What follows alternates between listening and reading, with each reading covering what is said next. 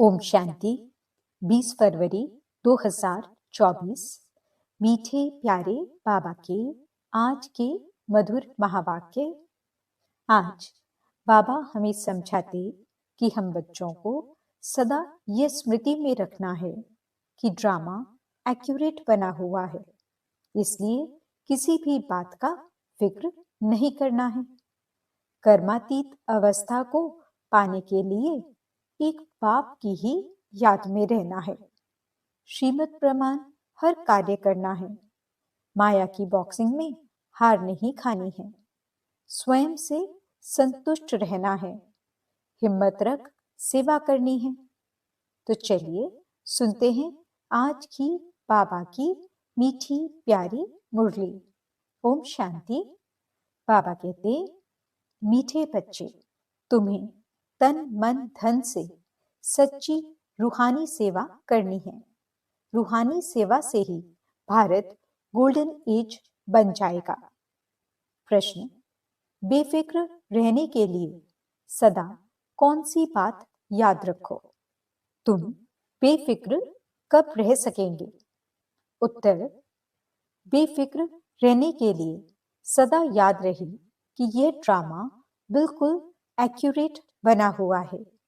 जो भी ड्रामा अनुसार चल रहा है यह बिल्कुल एक्यूरेट है, परंतु अभी तुम बच्चे बेफिक्र रह नहीं सकते। जब तुम्हारी कर्मातीत अवस्था हो तब तुम बेफिक्र बनेंगे। इसके लिए योग बहुत अच्छा चाहिए। योगी और ज्ञानी बच्चे छिप नहीं सकते। ओम शांति। पतित पावन शिव भगवानुवाच। बाप ने समझा दिया है कि देहधारी मनुष्य को कभी भी भगवान नहीं कहा जा सकता। मनुष्य यह भी जानते हैं पतित पावन भगवान ही है। श्री कृष्ण को पतित पावन नहीं कहेंगे। बेचारे बहुत मूंझे हुए हैं। भारत में जब सूत मूंझ जाता है तब शिव बाबा को आना पड़ता है। बाप के बिना उसे कोई सुलझा न सके। वो ही पतित पावन शिव बाबा है, जिसको सिर्फ तुम बच्चे ही जानते हो, सो भी नंबरवार पुरुषार्थ अनुसार। बल यहाँ बैठे हैं, रोज सुनते हैं, तो भी ध्यान में यह नहीं आता है कि हम शिव बाबा के पास बैठे हैं। वे इनमें विराजमान हैं, हमको पढ़ा रहे हैं, पावन बना रहे हैं, युक्ति बतला रहे हैं। तुम स्वदर्शन चक्रधारी बन रचता और रचना की नॉलेज पाकर काम को जीत जगत जीत बनते हो। तो वह बाप पतित पावन भी ठहरा, नई रचना का रचता भी ठहरा। अभी बेहद का राज्य पाने के लिए तुम पुरुषार्थ करो। हर एक समझते हैं हम शिव बाबा से राज्य भाग्य ले रहे हैं। यह भी यथार्थ रीति समझ नहीं सकते। कोई थोड़ा जानते, कोई तो बिल्कुल ही नहीं जानते। शिव बाबा तो कहते हैं पतित पावन मैं हूं। मेरे से अगर कोई आकर पूछे तो मैं अपना परिचय दे सकता हूं।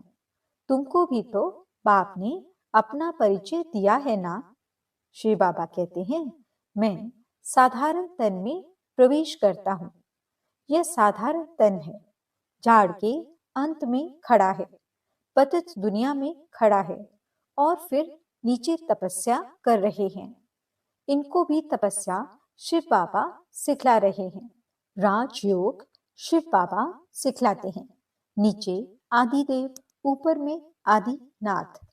तुम बच्चे समझा सकते हो हम ब्राह्मण शिव बाबा की संतान हैं। तुम भी शिव बाबा के बच्चे हो, परंतु जानते नहीं हो। भगवान एक है, बाकी सब ब्रदर्स हैं। बाप कहते हैं मैं अपने बच्चों को ही पढ़ाता हूँ। जो मुझे पहचानते हैं उन्हों को ही पढ़ाकर देवता बनाता हूँ। भारत ही स्वर्ग था, अब नरक है। जो काम को जीतेगा वही जगत जीत बनेगा। मैं गोल्डन वर्ल्ड की स्थापना कर रहा हूँ। अनेक बार यह भारत गोल्डन एज में था, फिर आयरन एज में आया। ये कोई भी जानते नहीं।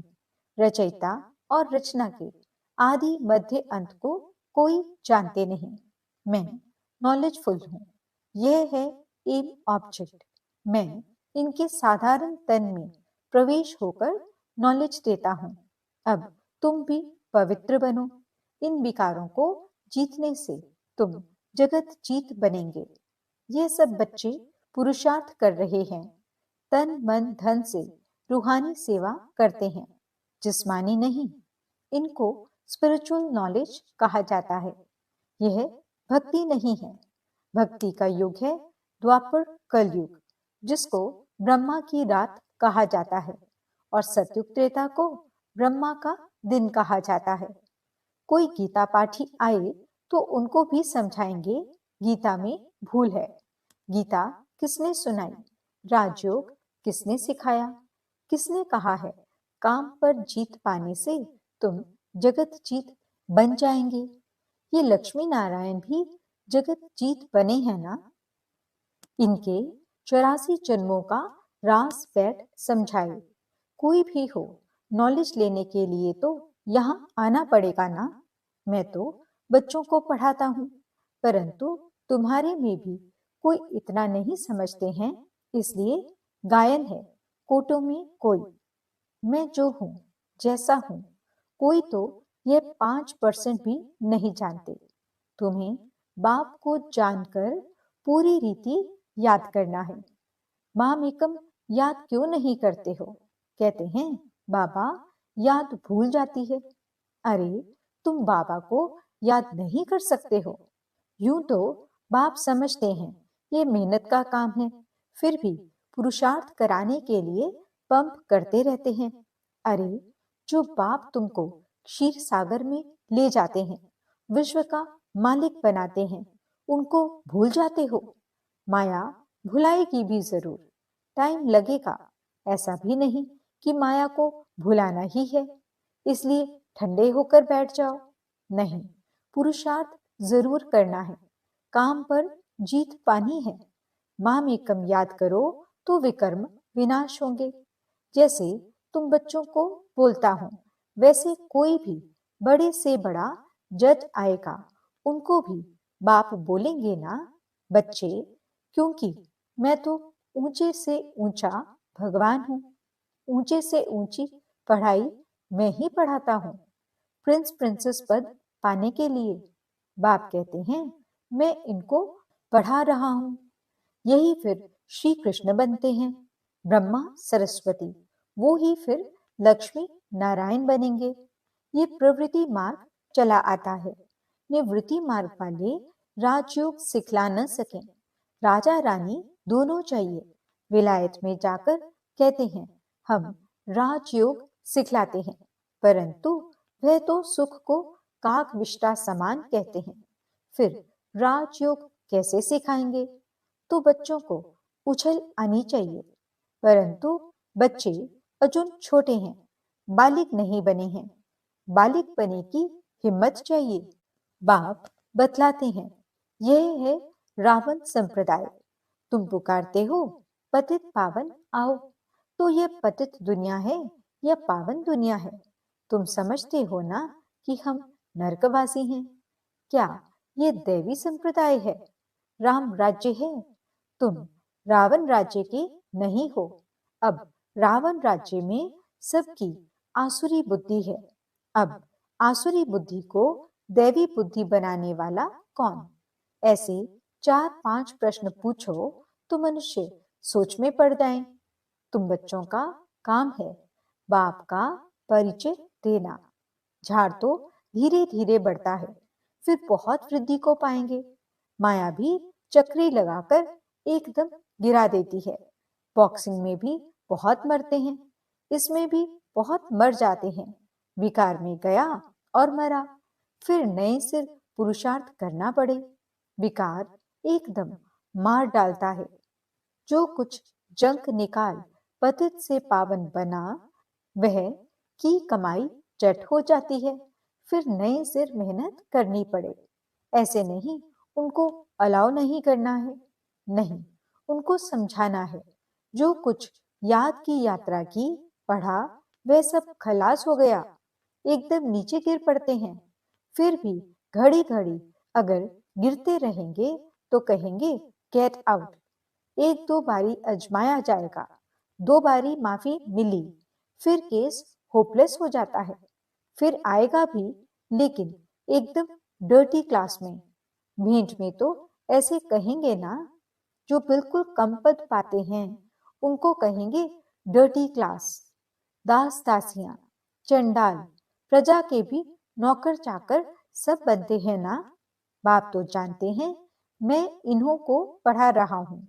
हर 5,000 वर्ष के बाद पढ़ाता हूँ। वह लोग लाखों वर्ष कह देते हैं। आगे चलकर यह भी कहने लग पड़ेंगे कि बरोबर 5,000 वर्ष की बात है।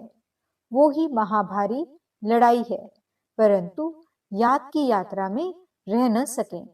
दिन प्रतिदिन टू लेट होते जाएंगे। गाया भी जाता है, बहुत गई थोड़ी रही। यह सब इस समय की बातें हैं। बाकी थोड़ा समय है पावन बनने में। लड़ाई सामने खड़ी है। अपने दिल से पूछना है, हम याद की यात्रा पर हैं। जब कोई नया आता है तो बच्चों को फॉर्म जरूर भराना है।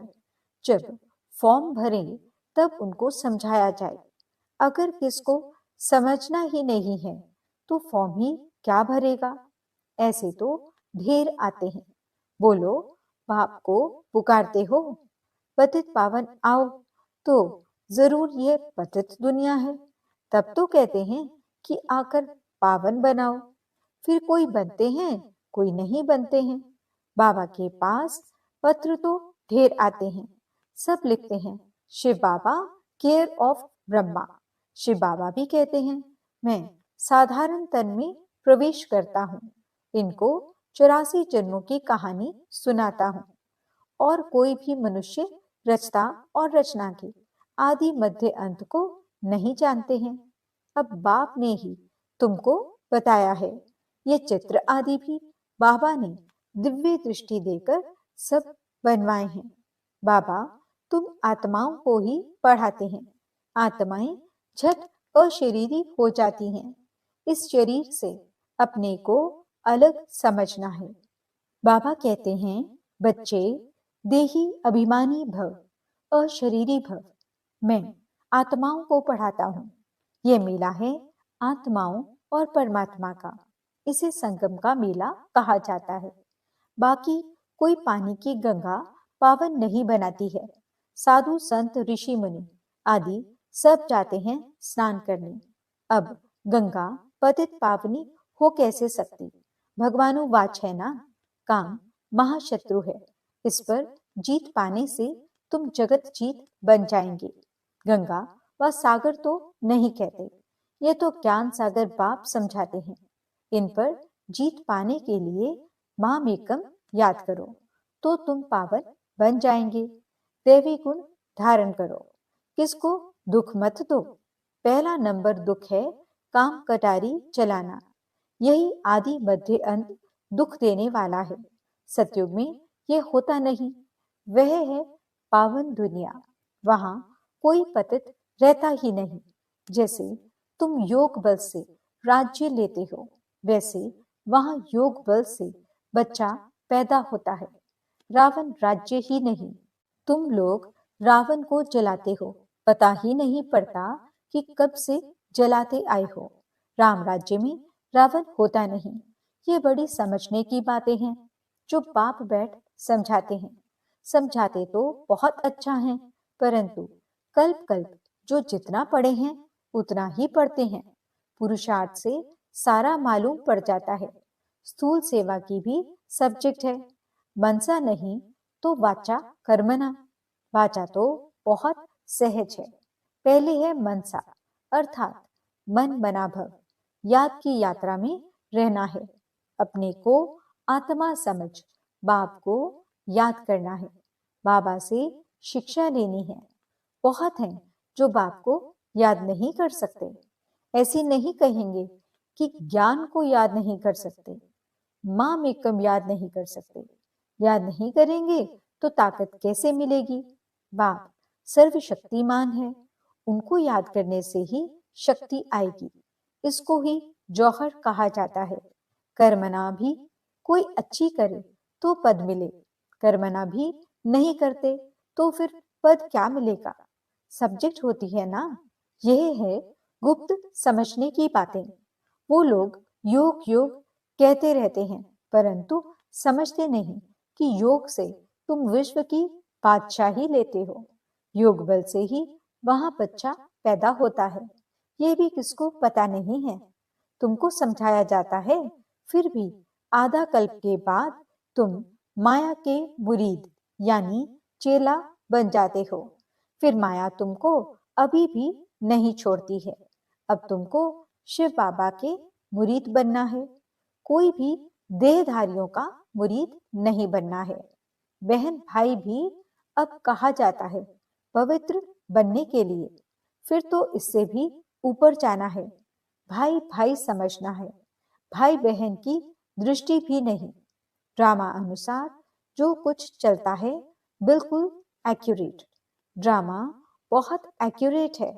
बाप तो बेफिक्र है, इनको तो फिक्र जरूर रहेगा।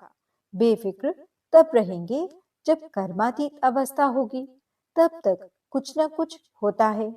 योग अच्छा चाहिए। योग के लिए बाबा अब जोर देते हैं। इसके लिए कहते हैं घड़ी घड़ी भूल जाते हैं। बाप उलहना देते हैं। जो बाप तुमको इतना खजाना देते हैं, उनको तुम भूल जाते हो। बाप जानते हैं किसमें ज्ञान है, किसमें नहीं है। ज्ञानी कभी छिपा नहीं रहेगा, वह झट सर्विस का सबूत देगा। तो यह सब समझने की बातें हैं। अच्छा, मीठे मीठे सिकिलते बच्चों प्रति माता पिता बाप दादा का याद प्यार और गुड मॉर्निंग। रूहानी बाप की रूहानी बच्चों को नमस्ते। हम रूहानी बच्चों की रूहानी बाप दादा को दिल व जान सिख व प्रेम से नमस्ते नमस्ते नमस्ते जी। गुड मॉर्निंग बाबा। शुक्रिया बाबा। धारणा के लिए मुख्य सार। पहला पॉइंट, माया की बॉक्सिंग में हार नहीं खानी है। पुरुषार्थ में ठंडा हो बैठ नहीं जाना है। हिम्मत रख सेवा करनी है। दूसरा पॉइंट, ये ड्रामा एक्यूरेट बना हुआ है, इसलिए किसी भी बात का फिक्र नहीं करना है। कर्मातीत अवस्था को पाने के लिए एक बाप की याद में रहना है। किसी देहधारी का मुरीद नहीं बनना है। वरदान, श्रीमद् प्रमाण सेवा में संतुष्टता की विशेषता का अनुभव करने वाले सफलता मूर्त भव। कोई भी सेवा करो, कोई जिज्ञासु आवे या नहीं आवे, लेकिन स्वयं स्वयं से संतुष्ट रहो। निश्चय रखो कि अगर मैं संतुष्ट हूं तो मैसेज काम जरूर करेगा। इसमें उदास नहीं हो। स्टूडेंट नहीं बढ़े कोई हर्जा नहीं। आपके हिसाब किताब में तो जमा हो गया और उन्हों को संदेश मिल गया। अगर स्वयं संतुष्ट हो तो खर्चा सफल हुआ। श्रीमद् प्रमाण कार्य किया तो श्रीमद् को मानना, यह भी सफलता मूर्त बनना है। स्लोगन, असमर्थ आत्माओं को समर्थी दो तो उनकी दुआएं मिलेंगी। ओम शांति।